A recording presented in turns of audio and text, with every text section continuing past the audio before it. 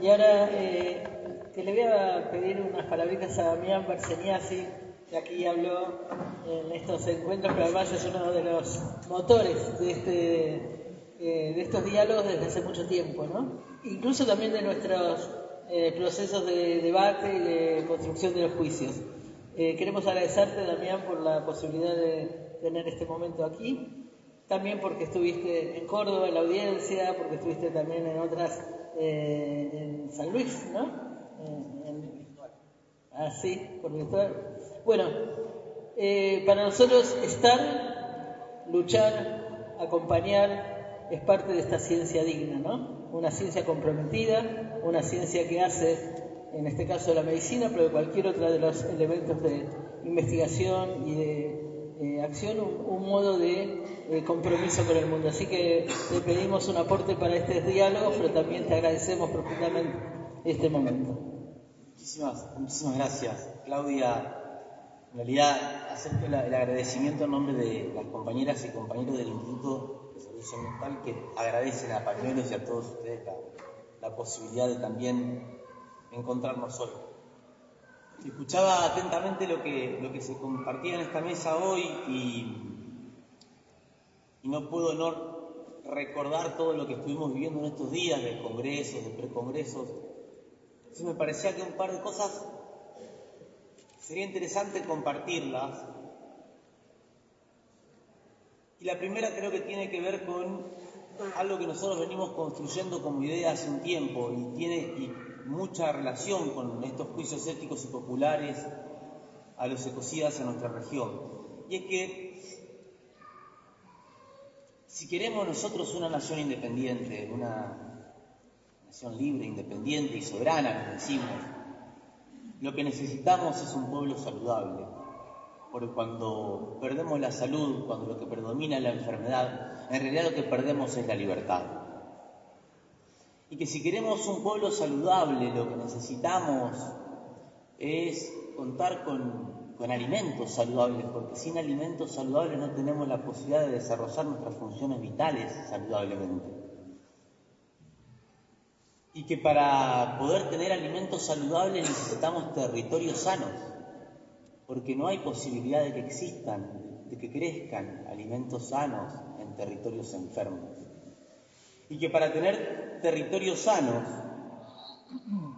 urgen otros modos de producción y de relacionarnos con los territorios, diferentes a los que tenemos hoy, porque los actuales nos están enfermando, nos están destruyendo, nos están quitando la posibilidad de revincularnos y por lo tanto de contar con esos territorios sanos. Pero para tener otros modos de producción y otros modos de vincularnos con la naturaleza, nosotros entendemos que necesitamos más y mejor política. Y que más y mejor política solamente es posible con más, mucho más y mucho mejor participación, organización y movilización de los pueblos. No podemos esperar esa mayor y mejor política con quienes hasta ahora han estado tomando las decisiones, quienes hasta ahora han sido responsables de llevarnos hasta donde estamos. Lo compartía Silvia desde Uruguay, lo que sufrimos todos en nuestros territorios. Los que se autodenominaban progresismos no eran más que otro modo de presentar los extractivismos, quizás de modos más feroces que quienes no se denominaban progresistas, porque en la hipocresía y en el cinismo hay mucho más peligrosidad que en los que lo hacen a cara descubierta.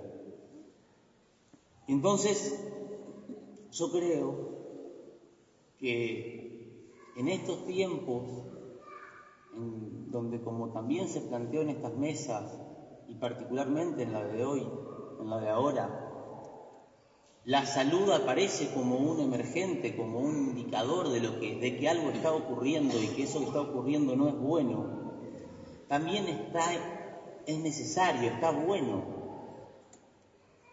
que reflexionemos sobre qué entendemos por salud.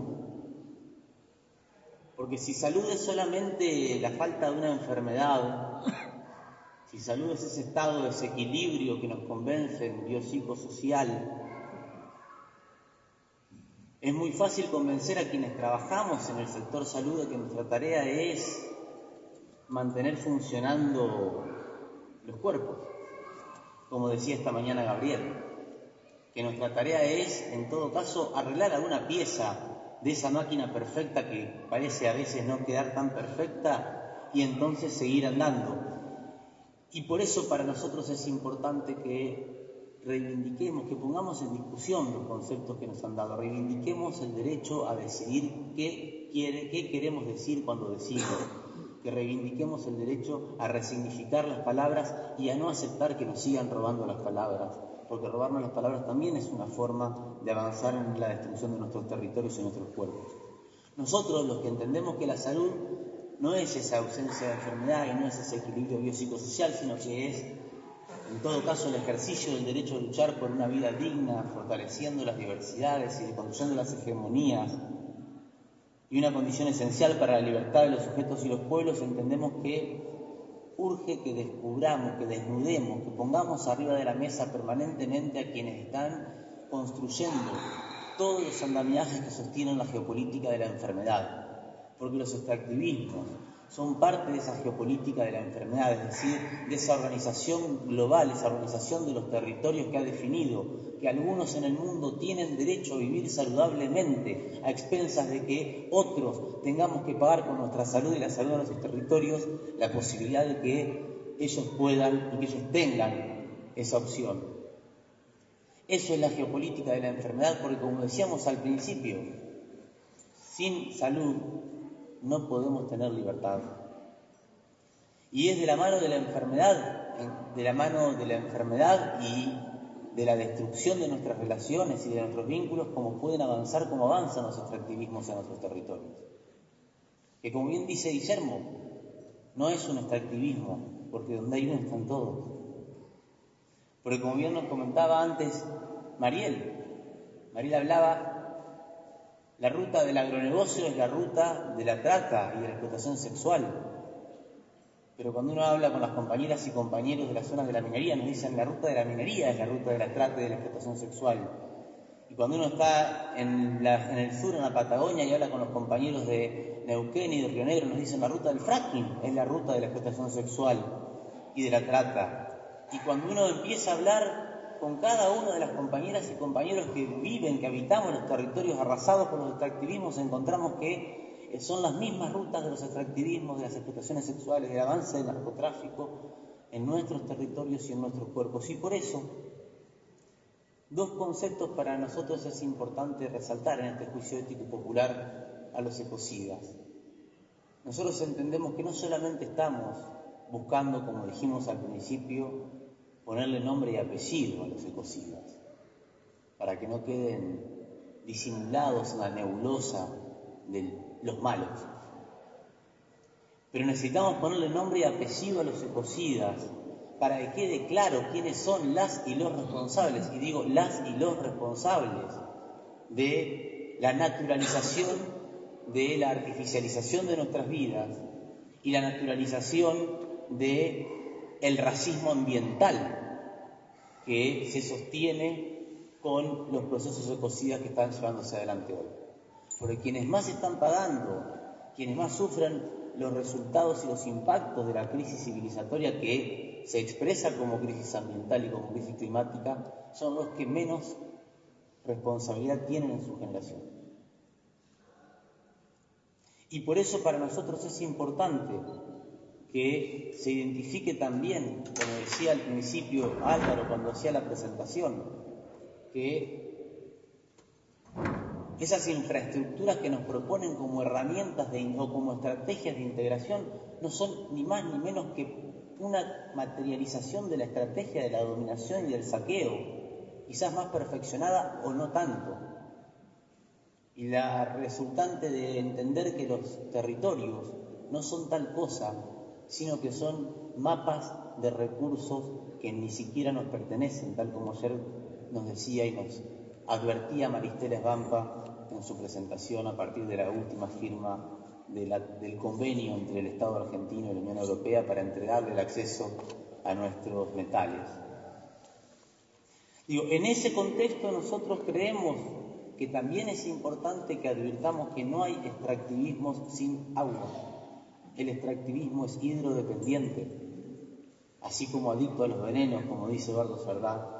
El extractivismo es hidrodependiente y por eso Javier Rodríguez Pardo tenía razón cuando nos decía: vienen por el agua, vienen por todo. Y en ese contexto nosotros entendemos que vale la pena hacernos muchas preguntas, entre ellas, ¿de qué hablamos cuando hablamos de nuestros cuerpos y nuestros territorios y de los cuerpos territorios? Y también de si es lo mismo que aceptemos que nos hablen de mapas de recursos o es el momento de reivindicar el derecho a que nos reconozcan como habitantes de sistemas vivos. Y por eso, lo escuchaba Guillermo recién hablar de las dudas, de lo que no sabe y de lo que sabe, y pensaba en este Congreso y en este tribunal, no solo hoy, sino en todo el proceso que desde hace un año se viene construyendo. Hay al menos 3 dimensiones que nosotros siempre intentamos reivindicar, que han quedado en evidencia como dimensiones claves para intentar pensar en otros escenarios. La primera es la diversidad. A lo largo de todo el proceso del juicio ético popular a los ecocidas, en cada una de las instancias en las que se dieron, la pluralidad de voces, la diversidad de actores, de territorios, de compañeras y compañeros, de paisajes, de saberes y de sabores que fueron expresados, es extraordinaria. Y eso le da la fortaleza también a este proceso del Tribunal Ético Popular a los ecocidas, igual que ocurrió en este Congreso,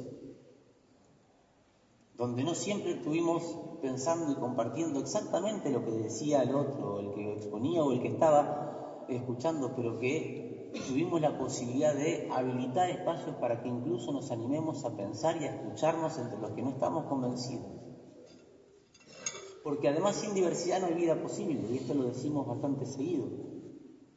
Somos el resultado del encuentro y del diálogo amoroso, no de la competencia, del encuentro y el diálogo amoroso de la diversidad, de ese gameto masculino y femenino en el caso de las personas que estamos aquí, que no pelearon para ver quién era mejor que el otro, sino que se acariciaron, se abrazaron y se fundieron, asumiendo en la convicción de que ambos tenían que transformarse en otra célula, en otra forma de vida, para que esa nueva forma de vida tuviese en su genética impregnada la información de que su tarea no era reproducirse y ser siempre la misma forma, sino que era reproducirse para diversificarse y en esa diversificación encontrarse. Pero ese diálogo de la diversidad es posible en el tiempo y entonces el juicio ético popular a los ecocidas no pudo hacerse en un día. Lleva más de un año transitando, recorriendo, porque el tiempo es lo que permite que la diversidad pueda encontrarse, pueda dialogar y pueda ir amorosamente construyendo otras alternativas u otros escenarios. Y ese tiempo que también es el tiempo que, y hago este paralelismo porque me parece importante vincularlo permanentemente, viene el armado de un congreso, como hemos hecho el 7º Congreso de Salud Ambiental, pero también tiene la posibilidad de que cada una y cada uno de los que estamos acá haya llegado hasta acá, haya podido organizarse, haya podido garantizar las condiciones para que nos encontremos hoy. Ese tiempo es clave como una dimensión que tenemos que recuperar y también defender. Y eso todo necesita de algo fundamental que es el territorio para poder dialogar. Ese tiempo transcurre no en la nada, transcurre en un territorio. Y el juicio ético popular a los ecocidas vaya si no tiene territorialidad. Porque podría haberse hecho en Buenos Aires en 2 días, en una jornada, y chao, ¿no? Vamos todos a donde atienden los teléfonos. Con mucho más impacto mediático quizás, pero decidió construirse y empezar en los puntos más recónditos y más profundos de nuestro territorio, de nuestra geografía. Y ese territorio que además no es solamente distintos lugares, distintas ciudades, distintas provincias, es también distintos escenarios, porque fueron espacios académicos, fueron espacios populares, fueron plazas de pueblo, fueron puertas de universidades y fueron gremios y fueron también lugares de organización social, los que nos cobijaron y nos permitieron ir encontrándonos y construyendo este juicio ético popular contra los ecocidas y también todos los procesos que se fueron dando a partir del juicio previo y posterior. Y por eso en estos tiempos de incerteza, si sigo con lo que Guille, ¿no?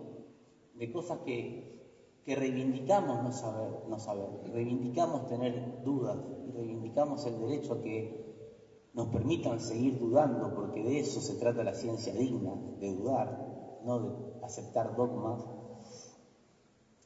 Me parecía importante en esta noche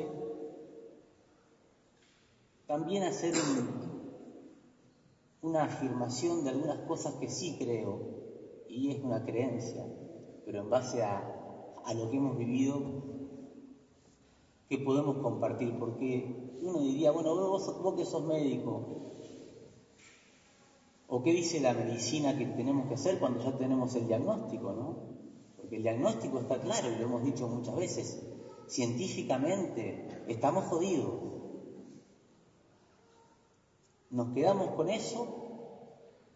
¿O identificando la complejidad del cuadro que tenemos, la complejidad de la gravedad de la situación, decidimos, bueno, ¿cuál es el camino? A los médicos se nos pide, porque además los médicos nos hemos parado en ese lugar de decir, bueno, el camino es este, ¿no? Te doy la orden, la receta y la indicación. Bueno, nosotros no tenemos idea de cuál es el camino. Pero lo que sí sabemos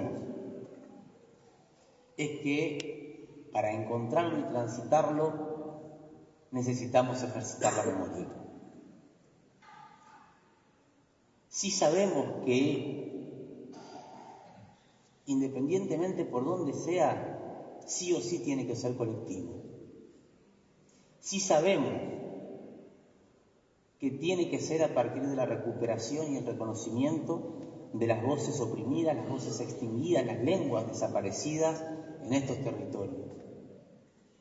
Sí sabemos que es con el arte como herramienta también de comunicación, que es con la diversidad como un nutriente para que podamos amalgamarnos, y que es con los afectos como energía vital.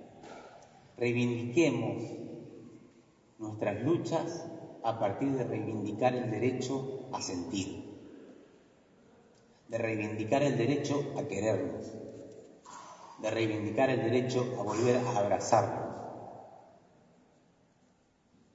porque nos lo debemos, porque trabajaron extraordinariamente bien para hacernos creer que lo mejor era mantenernos lejos e aislados. Y aún en el medio de ese proceso, con una extraordinaria capacidad de organización que se llevó adelante a nivel global, los territorios fueron capaces de dar a luz a comunidades enteras que dijeron a nosotros el derecho a abrazarnos y a estar en las calles no nos quita nadie. Y si estamos acá es gracias a esa convicción.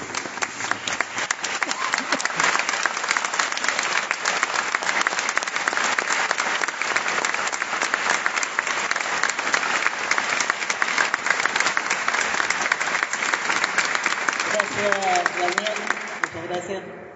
Fíjense que tenemos una cantidad de derechos que ni conocemos, ¿no? Como el derecho a abrazarnos. Y está muy bueno, porque justo está por hablar un abogado. Le va a tocar defender el derecho a abrazarnos al abogado. Es como derecho humano básico. Fíjense cuando